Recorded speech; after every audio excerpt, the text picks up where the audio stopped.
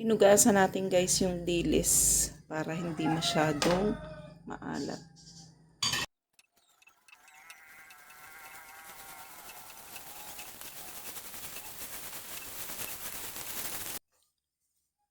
Dahil malutong na siya guys, hanguin na natin.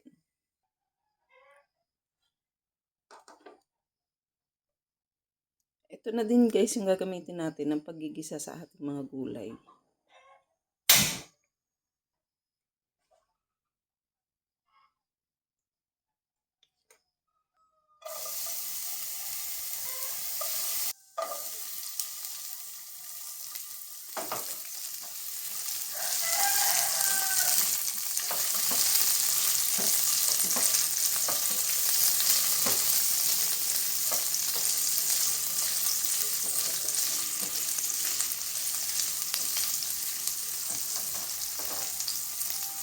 Kapag ganyan na guys yung itsura ng bawang at sibuyas nyo, isunod nyo na yung kamatis. Yung kamatis natin, tinanggalan natin ng buto, pero yung pinakakatas nito, huwag nyo munang itatapon. Magagamit natin ito later.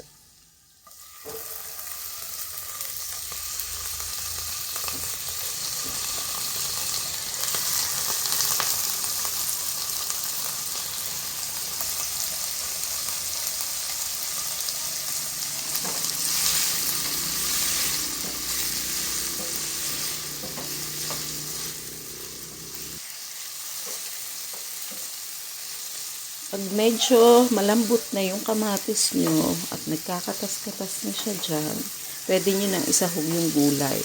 Yung gulay na ni-ready ko is talong at saka ampalaya. Pagsabayin na natin to kasi parehas lang naman to na medyo madaling maluto.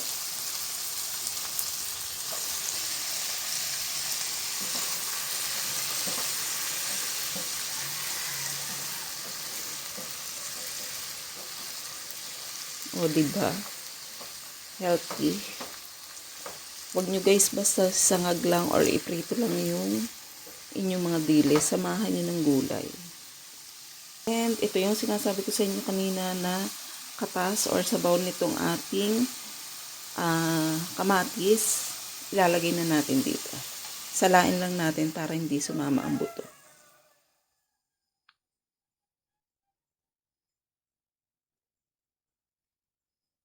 Unahin na natin ang asin.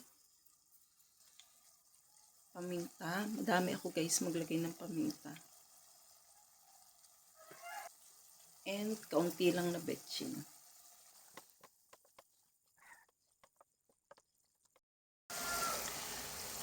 Pag medyo paiga na siya, ayan, paiga na, kakaunti na yung sabaw niya, lalagyan na natin to ng oyster sauce.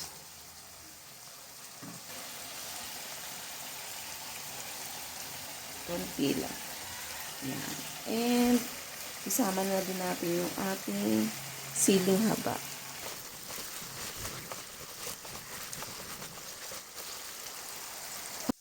Ilagay na natin to guys.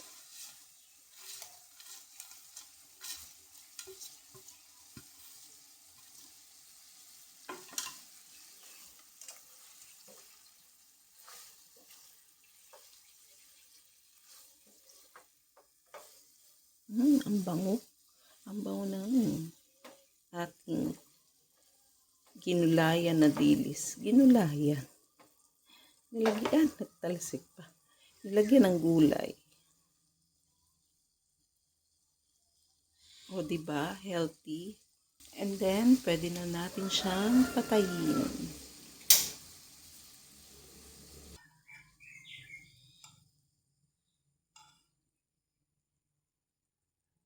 Kain po tayo.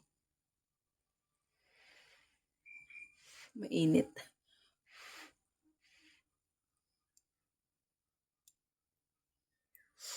Ang ingay.